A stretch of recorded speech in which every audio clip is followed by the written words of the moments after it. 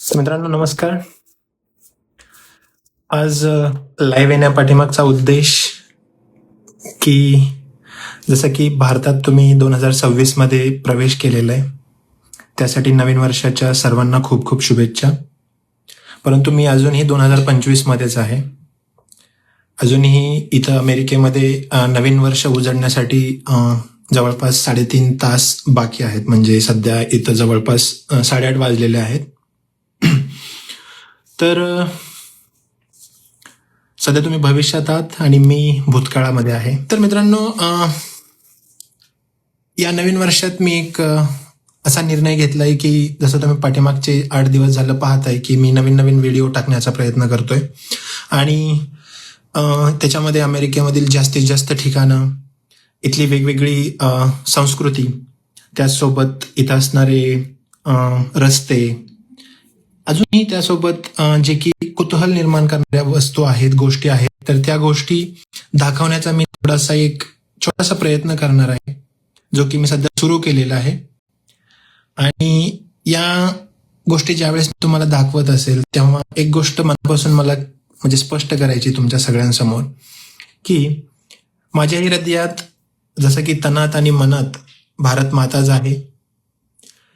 आपली जी मराठी संस्कृती आहे ती नेहमी आणि सदैव माझ्या मनामध्ये आहे आणि राहील.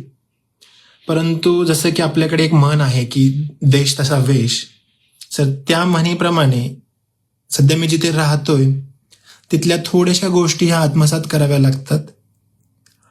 आणि जे की बऱ्याच वेळा मित्रांशी, नातेवाईकांशी जेव्हा फोनवरती चर्चा होते तेव्हा तिकडे कसं असतं, हे जे कुतूहल असतं, तर ते मला वाटतं बहुतांशी लोकांमध्ये ते कुतूहल असतं. आणि त्या अनुषंगाने माझा एक छोटासा प्रयत्न राहणार आहे की इकडच्या गोष्टी ज्या आहेत, जसं की मला एक नशिबाने संधी भेटली अमेरिकेमध्ये कामानिमित्त येण्यासाठी.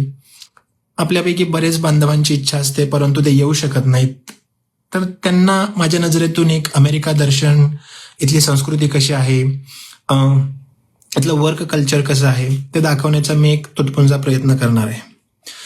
त्याच्यानंतर दुसरी गोष्ट अशी आहे की जेव्हा या गोष्टी मी आपल्यासोबत शेअर करत असेल तेव्हा कुठल्याच पद्धतीचा माझा हा हेतू नसणार आहे की आपल्या भारत मातेसोबत इथल्या कल्चरचं किंवा इथल्या राहणीमानाचं किंवा इथल्या कुठल्या तरी एखाद्या चांगल्या किंवा वाईट गोष्टीचं कम्पॅरिझन.